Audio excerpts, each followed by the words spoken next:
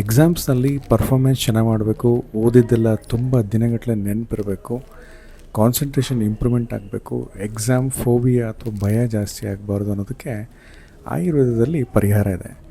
ಏನಪ್ಪ ಆಯುರ್ವೇದದಲ್ಲಿ ಮೇದ್ಯ ರಸಾಯನ ಅಂತ ಕರಿತಿದ್ದಾರೆ. ಅಂದರೆ 5,000 ವರ್ಷಗಳಿಂದನೂ ಈ ರಸಾಯನಗಳನ್ನ ಹೇಳ್ಕೊಂಬಂದಿರೋಂಥದ್ದು.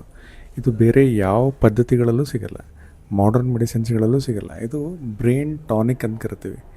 ಈಗ ಚರ್ಮಕ್ಕೆ ಹೇಗೆ ಕೊಬ್ಬರಿನ ನರಿಷ್ ಮಾಡುತ್ತೆ, ಹಾಗೆ ಮೆದುಳಿಗೆ ಕೂಡ ಕೆಲವೊಂದು ಔಷಧಗಳು ರಸಾಯನ ಅಂತ ಕರಿತೀವಿ ಅದಕ್ಕೆ, ಅದು ಮೇದ್ಯ ರಸಾಯನ ಅಂತ ಆಗಿ ಬ್ರೈನ್ನ ನರಿಷ್ ಮಾಡುತ್ತೆ. ಅದರಲ್ಲಿ ಪ್ರಮುಖವಾದದ್ದು ಈ ಶಂಖಪುಷ್ಪಿ ಅಂತ ಕರಿತೀವಿ. ಶಂಖಪುಷ್ಪಿನೇ ಬೇರೆ, ಅಪರಾಜಿತನೇ ಬೇರೆ. ಅಪರಾಜಿತ ಅಂತ ಹೇಳಿದ್ರೆ ಈ ಚಿತ್ರದಲ್ಲಿ ನೀವು ನೋಡ್ತಿರೋವಂಥದ್ದು. ಸೊ ಶಂಖಪುಷ್ಪಿ ರೆಡಿ ಪೌಡರ್ ಸಿಗುತ್ತೆ.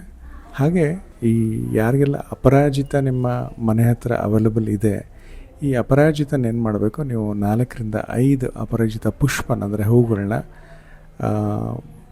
1 ಲೋಟ ನೀರಲ್ಲಿ 200 ml ನೀರಲ್ಲಿ ಹಾಕಿ ಚೆನ್ನಾಗಿ ಕುದಿಸ್ಬಿಟ್ಟು ಟೀ ಥರ ಮಾಡಿ ಅದಕ್ಕೆ 1 ಚೂರು ಬೆಲ್ಲನ ಹಾಕಿ ಕೊಡ್ಬೋದಾಗತ್ತೆ. ದಿನ ಬೆಳಗ್ಗೆ ಅಥವಾ ಸಂಜೆ ಖಾಲಿ ಹೋಟೆಲ್ ತೊಗೊಂಡ್ರೆ ತುಂಬ ಒಳ್ಳೆಯದು.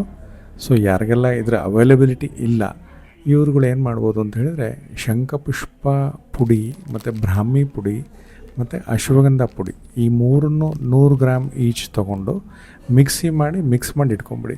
ಇದನ್ನು ಏನು ಮಾಡಬೇಕು ಅಂತ ಹೇಳಿದ್ರೆ ದಿನ ಬೆಳಗ್ಗೆ ಅರ್ಧ ಚಮಚ 1 ಬಾಳೆಹಣ್ಣು ಮತ್ತು 1 ಚೂರು ಬೆಲ್ಲದ ಜೊತೆ ಮಿಕ್ಸ್ ಮಾಡಿ ಖಾಲಿ ಹೊಟ್ಟೆಲ್ಲೇ ಕೊಡಬೇಕು. ಯಾರಿಗೆಲ್ಲ ಬಾಳೆಹಣ್ಣು ಅಲರ್ಜಿ ಇದೆ ಅಂಥವರು ಈ ಪುಡಿಗಳನ್ನ ಜೇನುತುಪ್ಪದ ಜೊತೆಗೆ ಮಿಕ್ಸ್ ಮಾಡಿ ಅಥವಾ ಪ್ಲೇನ್ ಜೋನಿ ಬೆಲ್ಲದ ಜೊತೆ ಮಿಕ್ಸ್ ಮಾಡಿ ಕೂಡ ಇದನ್ನು ಸೇವನೆ ಮಾಡಿದರೆ ಕ್ರಮೇಣವಾಗಿ ಓದಿದ್ದೆಲ್ಲ ನೆನಪಿರೋವಂಥದ್ದಾಗಲಿ ಅಥವಾ ಸ್ಕೂಲ್ ಪರ್ಫಾರ್ಮೆನ್ಸ್ ಇಂಪ್ರೂವ್ಮೆಂಟ್ ಆಗೋಂಥದ್ದೆಲ್ಲ ಆಗುತ್ತೆ. ನೋಡಿ, ಬರೀ ಔಷಧಿಗಳ ಮಾತ್ರ ಅಲ್ಲ, ಪ್ರಯತ್ನ ತುಂಬ ಇಂಪಾರ್ಟೆಂಟ್. ಪ್ರಯತ್ನ ಸತತ ಶೀಲನ ಕ್ರಿಯೆ ಅಂತ ಕರಿತೀವಿ.